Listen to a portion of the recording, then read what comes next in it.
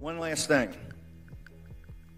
The biggest scam they have, the biggest con, is not just the appropriations process and how they fund it. It's the Federal Reserve. Най-голямата измама в света днес е Централната банка на Съединените американски щати. Okay? Стив Банън, който е former White House Chief Strategist. Okay? 0.5% of the citizens of this country own more assets than the bottom 90%. 0,5% от хората в Съединените американски щати притежават толкова, колкото най-бедните 90%. Което какво означава? 0,5% означава 1 на всеки 200 човека притежава толкова, колкото 1 на всеки 10 човека, 9 на всеки 10 човека. Не, колкото 9 от 10 човека. Чакай, че не съм сигурен сега как го обясня. Представям си го, обаче не съм сигурен как го обясня. Добре. 1 на всеки 200, нали? 1 на всеки 200, най-богатия 1 на всеки 200 човека притежава толкова, колкото от другите 200, 180 човека. Това е.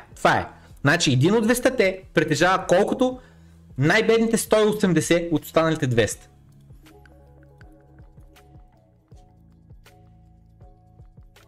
That's all happened over the last 10 years since 2008. Now, we took a monetary base of what, back in the 80s of what, $800 billion? The balance sheet of the Fed was $880 billion under President Bush. И каза съответно, това се случи само през последните 20 години. Преди 20 години колко беше на Феда балансшита? Беше 800 милиарда. В момента е 10 трилиона. 10 пъти повече. Нали преди малко нахме през това?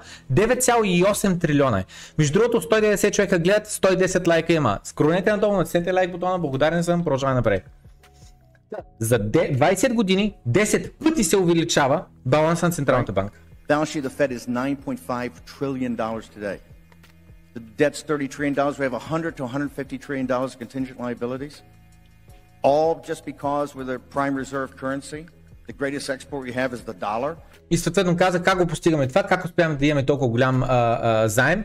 Ами защото ние сме богопомазаната раса, богопомазаната държава на планетата, която имаме Gold Reserve Currency и съответно това, което изкараме най-много навънка, не са айфоните, ами са доларите. All of that rests on the shoulders of our children and our grandchildren. Those are all due bills that are come due. И той каза, това обаче реално са задължения, които трябва да се изплатят или във вид на война, или във вид на загуба на доверие, защото кажеш няма да ги изплатя, или във вид на твоите деца ще плащат сметката.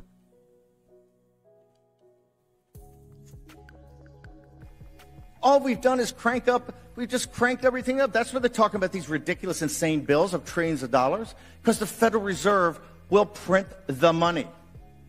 The Federal Reserve, by the way, that's owned not by the American people, a central bank that's owned by 24 prime brokers. И съответно казва, защо в момента постоянно се пишат някакви законопроекти, 100 милиарда там, 500 милиарда там, 800 милиарда там, 2 трилиона за това, ами защото се напринтират от Централната банка. Ние ги нямаме тия пари, те просто се напринтират. И казва, Централната банка, която уж е да Federal Reserve, нали знаете, Федералния резерв нито е федерален, нито е резерв. Частна компания е. Частна компания. Това за мен е така. Имаш частна компания, която решава колко пари да се принтират. Частна компания, разбирате ли? Монопола върху парите. Защо го наричам монопол? Защото само един човек, само една компания има легалното право да принтира пари. В България колко бензиностанции има? ОМВ, Shell. Как се кажеш на Маришки от Варна, че не мога да сетя? Някой напише чата. Какви други иначе може да сетя? Лукойл, как ли го? Shell, ОМВ, таковата, там към Бургас, към Низанско има едни малки, дете не знам имената, но има някакви малки. И точно това има 1001 компании, които могат да ти продадат бензин, газ, дизел, метан. Колко компании имат право да принтират пари? Колко компании имат право да принтират долари? Една в целият свят. Това ако не е монопол, не знам какво е. Аз мисля, че това е монопол. Да имаш ексклюзивни права. Никой друг няма право да прави това, което ти правиш. Монопола върху принтирането на парите върху Централната банка на Съединените американски щати. Кой притежава Централната банка на Съединените американски щати? 20 инвестиционни банки, които са също частни компании. JP Morgan, Goldman Sachs, да не ги гугълваме, знаем ги, интернационални инвестиционни банки. Morgan Stanley. How does that work? And governors that kind of selected, but 12 years.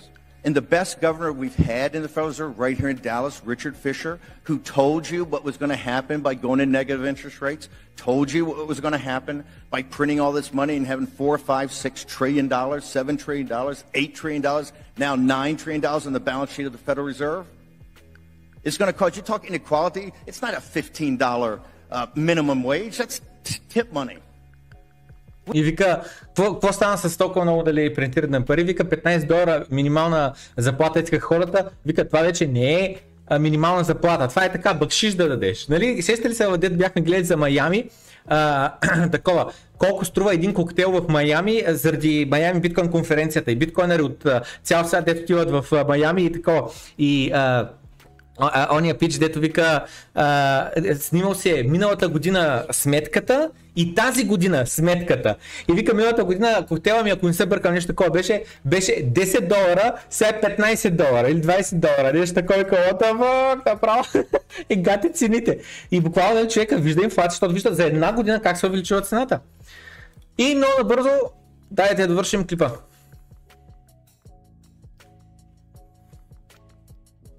I think M2 today is what, 22 or 23 trillion dollars. That's how the Administrative State pays for itself. We don't need to audit the Fed. We need to end the Federal Reserve. Нямаме нужда да аудитираме, да ги проверяваме точно какво правят Централната банка в Съединените щати.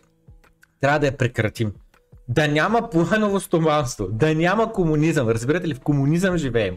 Някои хора решават колко пари да се принтират, колко ценни книжа да изкупят, колко mortgage-backed securities да изкупят. Решават го, разбирате ли? Ако те решат да купуват, цените на имотите се вдигат. Ако те решат да спрат да купуват, цените на имотите падат. Толкова елементарно. Едни хора определят цените на имотите. Абсурдно е това. А индиректно те контролират така по целия свят. Защото представяте ли си, нали? Защо казвам по целия свят? Това е много важно да се разбере. Ако цените на имотите в Съединените американски щати тръгнат да падат яко надолу, ще тръгне да пада яко надолу навсякъде другаде. Защото само забележете, си представете следното нещо. Ако в Майами е една къща в Майами струва $50,000, кой луд ще купува в София една дупка за $100,000 или евро апартамент, като може за $50,000 си купиш къща в Майами? Трябва да си луд. Цените на имотите в щатите имат световен ефект. Буквално. Reserve has usurped its power and the power of the American people and our elected representatives. Usurp. Няколко пъти я повторя тази дума. Общото казах, хванало е за гуща, политиците и народа. Централната банка в Съединените американски щати. And no, they do not have the consent of the governed. We will not comply, we will not submit, and it must be ended. In closing, let me just remind you, from the founding of this nation up to the founding of the Federal Reserve, for those 100 years, Hamilton versus Jefferson, Andrew Jackson, Abraham Lincoln, Henry Clay, Teddy Roosevelt, William Jennings Bryan, the whole concept of 19th century is almost entirely the politics of money. It was actively debated what the currency was, who controlled the currency, what was a central bank, who controlled the central bank. After the Federal Reserve was formed, we've lost that.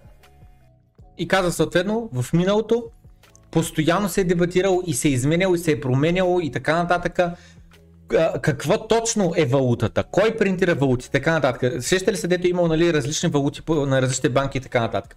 Но след като е създаден Федералния резерв, край. Вече няма дебат, няма конкуренция свободна, няма еди си какво. Единствено има долара и 20 инвестиционни банки, които контролират колко долари се принтират и къде да отидат при първото им харчене, което е преди инфлацията от много на принтираните пари. That is going to be one of the, if not the most major issue we have We have to end the Federal Reserve. We have to turn it back. That central bank is going to be owned by one group. You know what that group is? The American people. И съответно трябва да приключим начина, по който работи Централната банка в Съединените американски щати днес и трябва да започне да се контролира от една група от хора. Знаете ли кои са те? Американците. А не 20 на брой частни компании. The American people, not a bunch of fat cat prime brokers on Wall Street, not guys like, not third tier bankers from fifth tier firms like Powell. You're going to have the American people control their own bank in their own currency. Рон Пол е на същото мнение, че трябва да се прекрати Феда. Просто е буквално една корумпирана институция и абсолютно нищо друго.